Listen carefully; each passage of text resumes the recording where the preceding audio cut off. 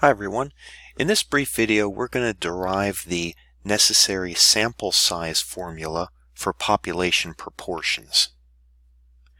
Now recall for a population proportion confidence interval that our margin of error was given by this formula right here. So this was our margin of error. Now what we want to do to find a necessary sample size is we want to fix the value E and then determine what should N be. So if we take this equation here, fix the E to be some value, and solve for the variable N, what we get is this formula down here. So we get that N equals P hat times 1 minus P hat times Z alpha over 2 divided by E squared. That's what you'll get when you solve this equation for N. Now that, you see, is one of the equations that we wanted to derive. So there's one equation.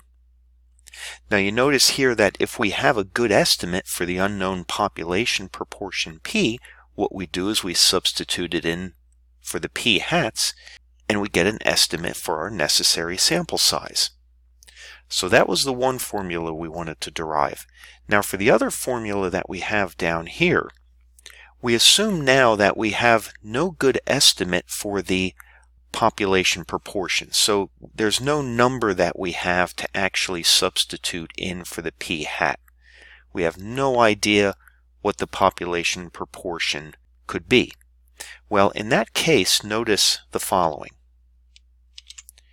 You'll notice that this piece of our formula right here, if we replace the P hat with an X here and here, we end up with a quadratic equation. That equation right there is y equals x times 1 minus x, which you could write as x minus x squared. Now that's a quadratic equation. Now down here we have the graph of that quadratic equation. Right here it is. And you'll notice that it has a maximum value right here when x equals 0.5, and the maximum value is actually 0.25 right here on the y-axis. So that is the maximum value that this function will have. And that is for x between 0 and 1 right here on the x-axis. So what we do is this now. We note that this quantity right here is most certainly going to be less than 0.25. You see, that's the maximum peak for our quadratic. So what we do now is we replace this value with 0.25, and the Z alpha over 2 divided by E squared will remain the same. Now what this gives us is an overestimate for what N should be. But that's what we have to use because we don't know what P hat is.